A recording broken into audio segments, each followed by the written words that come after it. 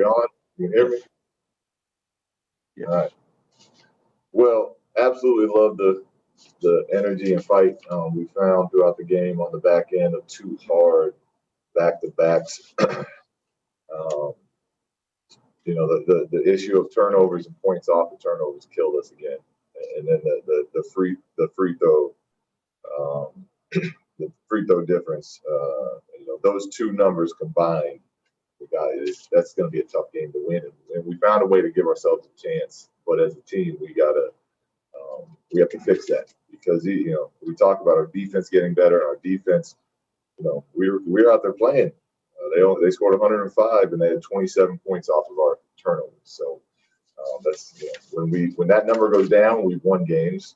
We had a chance tonight, but we gotta get that taken care of. All right, start with Sean Cunningham. Hey, Luke. Tonight was probably one of those games where it was a little surprising to see that fire from De'Aaron, especially with the frustrations that boiled for him. But how much do you think he used some of that in that fourth quarter for his performance? Yeah, he did a great job of being our guy. As far as we got down on the road, and on the back end of a back-to-back, it's easier to give in than to fight back.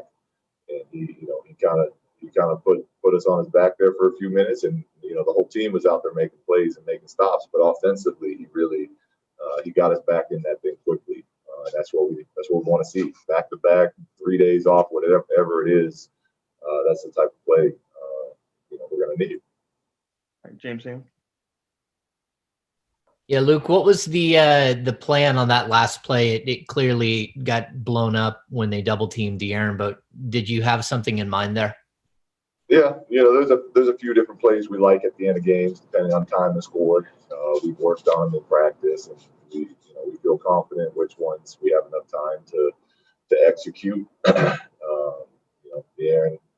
De'Aaron had it going, so we were going with the peel out with him and Buddy. You got to give Miami a lot of credit. The way they blitzed it, it's a ballsy move to leave Buddy healed like that.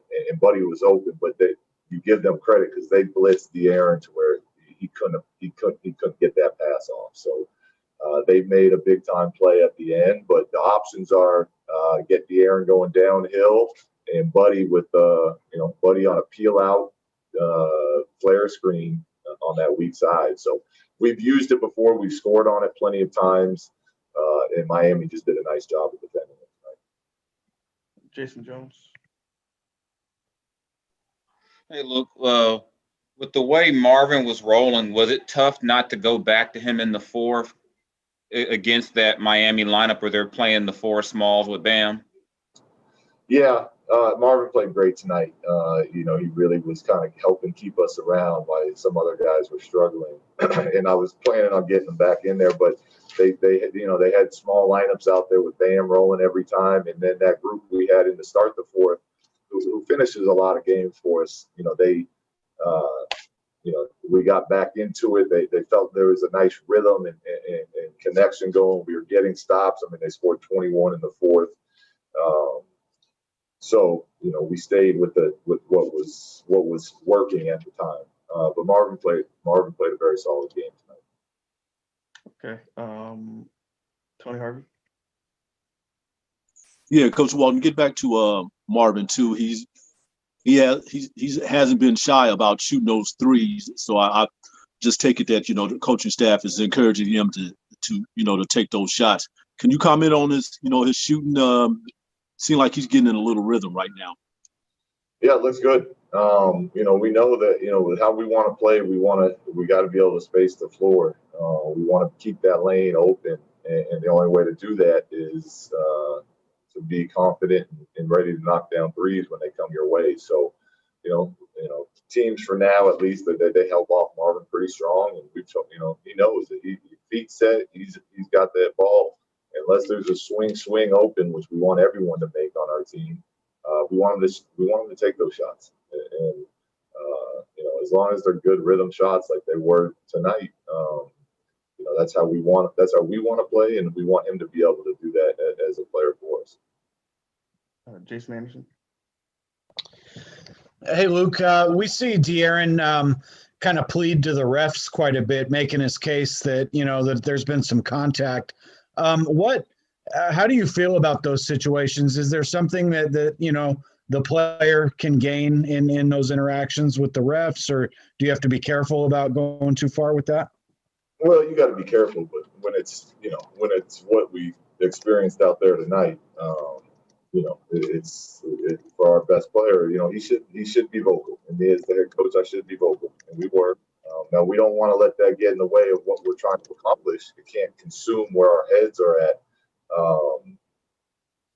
But yeah, I mean that needs to be brought to the surface. So I'm okay with it as long as it doesn't distract him from what he's trying to do. And obviously tonight, with how he responded, he was able to plead his case and stay locked into what we are trying to accomplish.